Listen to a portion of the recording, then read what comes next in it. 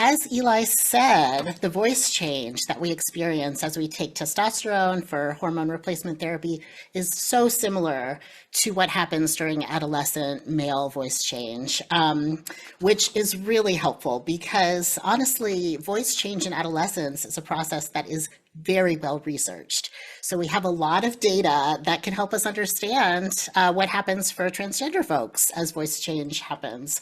I think historically people have been unsure if that's an appropriate comparison, but from my perspective, I think Eli would agree it's a very appropriate comparison. And I say that as someone who's worked with lots of people on testosterone. I've worked with teen boys in voice lessons. I'm the parent of a teen boy. My house is always full of my son's friends. I've seen a lot of voice changes, both in adults and in kids.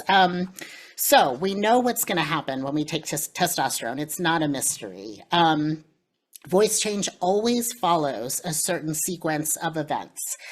There are stages that are predictable, and they typically flow in the same order. So I like to think about an analogy of a train journey that goes from point A to point B. Point A, where you start, point B, where we might end up, are predetermined by your genetics, and they're specific to you. And testosterone takes us on that journey. Adjusting the dosage, if we want to think about a low dose or a full dose or a micro dose, that might affect the speed of that journey, how fast or slow we get to point B. It's not actually going to change point B. It just might affect the pacing. For some people, they might choose to stop testosterone for various life-related reasons and then maybe resume testosterone later. A lot of people do this for pregnancy, or maybe they just realize it's not quite the right time for them. If you do stop testosterone and restart later, it's like you're hitting the pause button on that journey from point A to point B. When you go back on testosterone, you're just unpausing. So it doesn't start you over. You're just wherever you stopped, that's where you've paused. For some folks, they might choose to start testosterone. Maybe they want to arrive in a destination in between point A and point B. The solution there is short-term testosterone use. So if you don't want to fully go to that point B, full masculinization, you might just think about stopping testosterone before you get there. So the process of voice change is very predictable, but what is unpredictable is how long it might take. Typically, the total process will take anywhere from 2 to 5 years. For adults who use testosterone, it does sometimes happen a little faster than 2 years. And I know that's a long time. It's not that the voice is actively changing and experiencing chaos that whole time. Actually, what we're seeing is a lengthy process that's going to have periods of time where there's very fast changes and periods of time where there's stability, maybe very long periods of stability. And when I say periods of rapid change, what I mean is there's 3 separate times where the voice will drop. So we're going to get into the specifics. That's a fun fact that a lot of people don't realize, is that there's a voice drop, that things might stabilize. There's a second voice drop, things might stabilize. Then there's a third voice drop that's usually the smallest drop. So sometimes there are very long gaps between those drops, maybe even like 1.5 years if your transition is very slow. So let's do the side-by-side comparison. If we want to think about adolescent voice change and hormone replacement therapy voice change. In adolescence, we see that testosterone causes the vocal cords themselves to get thicker. So that's what causes the drop in pitch. Then testosterone and growth hormone, because again, we're talking about kids, both testosterone and growth hormone cause them to grow bigger, broader. There's bone and cartilage growth. Yes, this is cisgender male puberty. And the larynx is made out of some cartilages, so there's some growth in the larynx for cis adolescents. Because the vocal cords live inside the larynx growing bigger means those vocal cords are going to get longer. And there's also going to be an increase in size in what we call the vocal tract. Now, I was trying to send this in the chat. That's what crashed my device out. But here's an image of what we call the vocal tract. That's really going to be all that resonating space above the vocal cords. So as Eli said, the sound is produced in the vocal cords. That sound is exhaled through our body.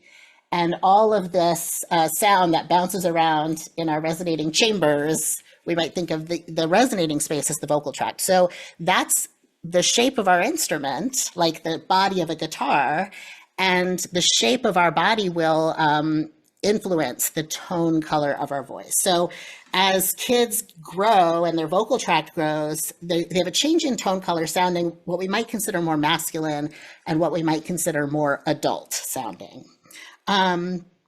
So that's the vocal tract. We've talked about the larynx, what that is. Let's talk about transgender voice change after the teenage years. We're still going to have that thickening of the vocal cords, so the pitch is going to drop, just like in puberty. Believe it or not, there can be some bone and cartilage growth for adults who use testosterone. It's nothing like as dramatic as what happens with kids, but I personally went up a full shoe size. So how could that happen unless my bones and my feet grew, right? In the face, we might see a little bit of a reshaping of the face. So as our bones grow, we will have some changes in the vocal tract, but the larynx is not really going to grow very much at all. Those cartilages stop growing at the end of our teen years. So we're going to have some growth in the vocal tract, not as much, maybe some growth in the larynx, not as much as kids. But that means as adults who use testosterone, we're going to wind up with a smaller larynx than a cis man, little bit smaller vocal tract than a cis man. I would say those are pretty superficial differences. They're not a difference in how the voice works. We might have a little bit of a difference in tone color. It might be quite subtle, and it might not even be perceivable. But I think this difference in anatomy, size, and shape is similar to how we all have uniquely shaped and sized bodies. I don't think it's a meaningful difference if we want to do that comparison to cis male voices. During the period of transition, Eli alluded to symptoms, side effects we might have. Those can be very annoying, but they are temporary. So as he said, there is some laryngitis type symptoms that occur. That is really caused by the body is getting used to higher levels of testosterone. Any hormonal disruptions in the body can cause a little bit of swelling in the larynx, swelling in the vocal cords. That's the definition of laryngitis, swelling in the larynx. And laryngitis exists on a spectrum. There's very mild laryngitis where things might be a little clumsy. There's in severe laryngitis, we totally lose our voice. There's a whole spectrum in between. So for some people, they're going to experience some laryngitis symptoms. They're definitely worse for some people than others. And if you have a relatively fast transition, there's usually a slow ramping up of those symptoms. They peak in stage 3, then there's a slow ramping down of the symptoms. If your transition is very slow, then instead what we're going to see is flare-ups of symptoms during those periods of change. So there will be long periods where symptoms are really reduced. So some people, this is one caveat before we dive into our slideshow. Some people who are assigned female at birth have very high testosterone levels before they start hormone replacement therapy. That might include people who are recognized as intersex, or even people who are intersex but don't know it, or even just people who just naturally have very high testosterone. I have begun to observe and be curious about some people with very high testosterone before hormone replacement therapy. They might have a little bit different transition where the stages seem a little more blended. So instead of these disparate stages, they might be sort of co-occurring, or they might seem to occur out of order. That's just due to a unique timeline of testosterone exposure and maturation. Last thing before we go to the slideshow, I just want to define a couple more vocab words. Eli talked about registers. Those are these different parts of our range: chest voice, head voice, Mixed voice. Those registers are going to be referenced in the slideshow. I want to define, these are these different ranges where the sound of our voice is produced with a specific mechanical action. The mechanics of how we make sound in chest voice is different than the mechanics in head voice, etc. Then we might use the vocab word passages to talk about those in-between registers as we transition from one register to the next.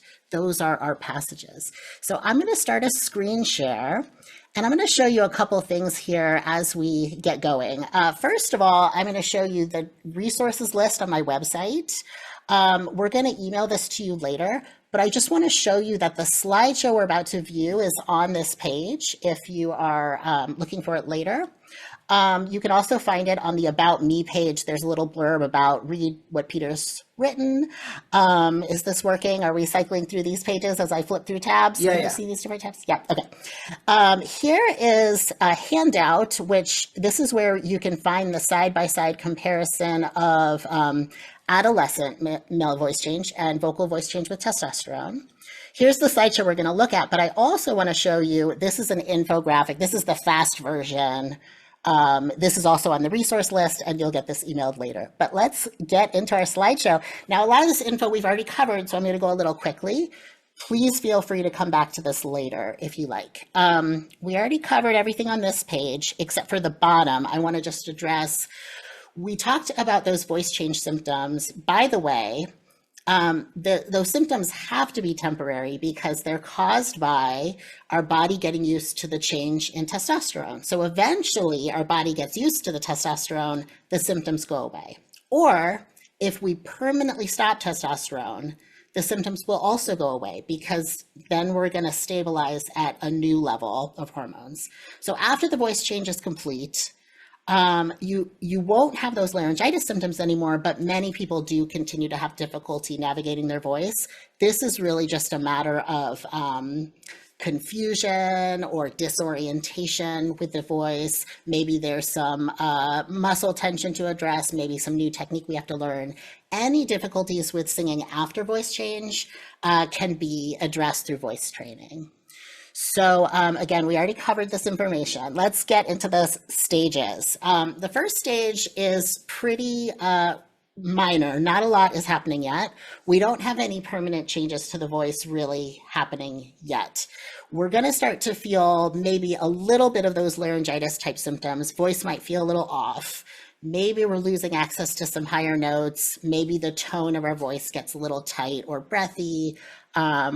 Here we have some advice. I'm going to have in this slideshow voice training advice for each stage. I'm not going to read all of the advice because it's hyper specific. There's also information about what happens if you permanently stop testosterone in each stage. So you can read those on your own if those apply to you. In general, my advice is to just be ready for singing to get more complicated, to work on patience, and resist the urge to control your voice through extreme muscle engagement. So I can always use willpower to control my voice. In general, we don't want to force our voice to do things. We don't want to use extra muscle engagement. Stage 2 is where we experience our first voice drop. So we're going to see both the appearance of new low notes and the registers and passages themselves start to drop lower in pitch. This is very confusing. A lot of people say the notes are moving. In stage 2, we start to see more of a significant ramp up of those transition symptoms related to laryngitis. And that might make projection more difficult. That might make us feel clumsy in general. There might be more voice cracking. The advice here is, again, really don't use force. If high notes are starting to kind of disappear, maybe just skip using those notes for this week until they feel a little better. Maybe also start to release any expectations of what you think singing is supposed to feel like, what you think your voice is supposed to sound like. Stage 3 is by far the most disruptive stage in terms of symptoms. This is when people tend to panic. We're going to see the second voice drop. So again, not only is the range dropping, the registers and passages are dropping. People are very disoriented. Sometimes things are very inflamed, sensitive. we might really see a massive shrinking of our range due to vocal cord swelling. And we might even lose access to our head voice. That's actually a sign of severe swelling. It's not an emergency, even though it feels like an emergency. All of that will get better with time. So the advice here is really don't panic and be prepared to rest your voice. Your voice is going to get extra tired during this stage. In stage 4, we have our final voice drop. It's usually the smallest. Maybe we're moving from tenor to baritone or from baritone to bass. We're going to see now the start of that vocal tract reshaping process that I talked about. Voice is going to start to masculinize through that vocal tract growing. Maybe there's a little more backspace, a little more of those darker tones available to us. I put masculinizing in quotes because I want to acknowledge that not everyone experiences this transition as a masculinizing transition, depending on their gender identity. Calling it masculine is a sort of cultural interpretation of a type of sound, right? So that might not resonate with everyone. Our temporary transition symptoms are usually getting better by stage 4, but we're still affected. And the main thing here is that we don't have the full power back. We might not sound fully adult yet. Again, that will improve with time because in stage 5, we're going to see more of that masculinizing of vocal tract growing. So by stage 5, our voice is done dropping and we can really start to acquaint ourselves with our new voice. High notes usually take a little more time to come back. So sometimes it's after stage 5. We're still gaining high notes after stage 5 is over. And what we really see at this point is a lot of people still manipulating their voice back into that pitch range they used to occupy. Now it's going to feel very effortful and tense, right? So maybe we have a pitch memory of where our voice used to be. Maybe we're reaching for notes that have moved. I'm reaching for a high note. It's not there anymore. I'm in the wrong register. Very confusing.